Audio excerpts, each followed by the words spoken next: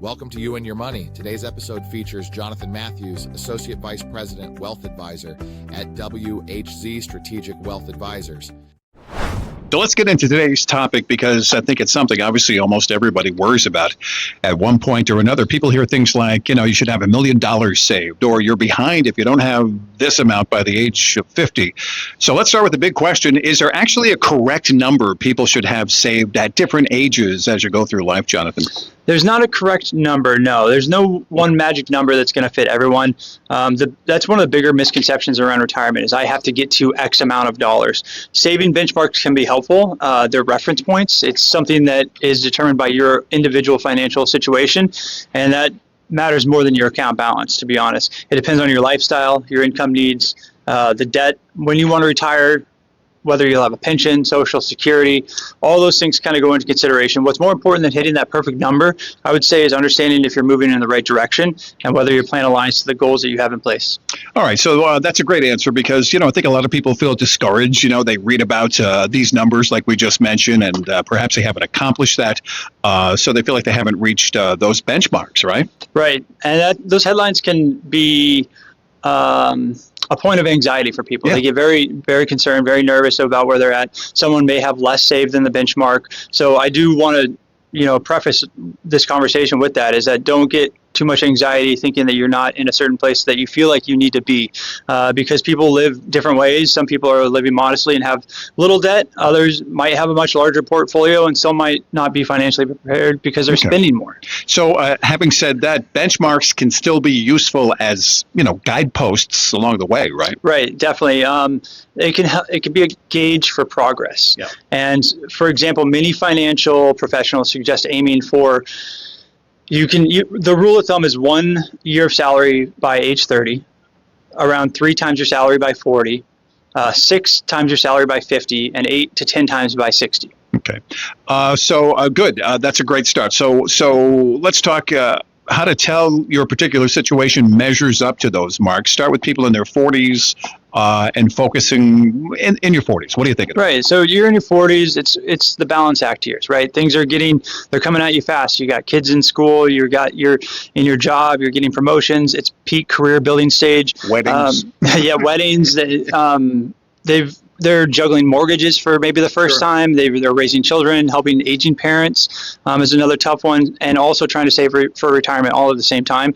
So the focus isn't just on accumulating the assets. It's about building consistent structure, and that's the decade that you really want to avoid what we call lifestyle creep or lifestyle inflation. Just because you're making more money doesn't mean you should be going out and spending it all on things, and making sure that you have a budget in place as income rises. Knowing how to spend appropriately is really important. All right. That easier said than done, I would think, for a lot of people, right? Yeah, it definitely can be. And the incremental increases matter a lot because over time, it's the secret of compounding. It works, but it can cut both ways, right? People underestimate how powerful time is in investing. The earlier you start, there's so many studies that validate that. A disciplined investment strategy over decades can create substantial long-term impact. And it's also the decade where people start to realize that, hey, retirement is not that far off, right? You start thinking about those. It is. Life comes at you fast. And once people enter their 40s, they start doing some mental math and they think, okay, I'm only 20 years away from retirement. And what does that mean instead of 40 years when they are fresh out of college? So the kids that were in here earlier, they have so much more time, and then once you get into your 40s, you think it's coming up quickly. So that realization creates a lot of urgency for people. Yeah. And if channeled correctly, it can be a good motivator too. So one of the points that we start is being more intentional with the money. Ask the right questions. Am I saving enough? Is my position in my portfolio appropriate? What kind of retirement do I actually want to have? Those are the healthy questions to ask. All right, let's move on to the 50s. What about what changes now? You've hit, you're in your 50s. So one of the biggest delays there is the serious planning. And it's a transition decade. So retirement feels very real at that point. You're getting close. They're aiming for 5 or 10 years left of work, and they want to be able to contribute as much as they can. The good news is that when people start reaching those peak earning years, that's when opportunities to accelerate savings increase too, both from regulatory benefit and from them making more money. And it's also when tax planning becomes really important. All right. How about 60s? Moving to the 60s. Yeah. So 60s, now you're there, right? It's true. It's an emotional milestone as much as it is for a financial one, where the retirement shifts from being theoretical to pretty imminent. One mistake that people make is becoming either too aggressive or too conservative. They think I'm not where I need to be, and then they lean too hard into it, or they think I need to slow down and they move to all cash. So neither one of those is probably the right direction to go. It's somewhere in the middle, and that's where we believe that planning is really the important part of that. Okay, so let's go back now. You're in your 50s, you're in your 60s, and maybe you're just feeling a little discouraged, you're feeling behind. What's your message? Don't be ashamed to start planning. Don't be afraid to ask questions. Financial progress is possible at every stage of life. So where you're at, there's always room to work through it. And the worst decision someone can do is avoid looking at it and putting their head in the sand. We all get to life at different stages. We've got, kids at different ages, there's divorces, there's setbacks, there's caregiving responsibilities, recessions. All of these things can happen, but it's not about judging the past. It's more about making decisions of where you're at today. All right. So we covered a lot of ground, a lot of decades here, but leave me with a checklist of things we can do right now and should do. Yeah. So 5 things. Focus on your current financial picture.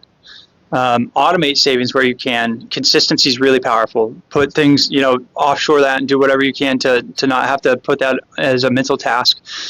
Third, review your investment allocation. Make sure it matches your goals and your risk tolerance. Fourth, and this is probably one of the tougher ones, is avoid emotional decision making, especially during times of volatility. That long-term discipline matters. And then the 5th one is don't try to figure it out alone. There's plenty of resources to support you. For more information regarding wealth management and customized financial planning with WHZ Strategic Wealth Advisors, please visit WHZwealth.com. WHZ Strategic Wealth Advisors offer securities and advisory services through Commonwealth Financial Network, member FINRA SIPC, a registered investment advisor. Fixed insurance products and services offered through CES Insurance Agency. They practice at 697 Pomfret Street, Pomfret Center, Connecticut 06259, and 392A Merrow Road, Tolland, Connecticut 06084. They can be reached at 860-928-2341. WHZ Strategic Wealth. Advisors do not provide legal or tax advice. The tenured financial services team strives to support clients in achieving their financial life goals while providing absolute confidence and unwavering partnership for life.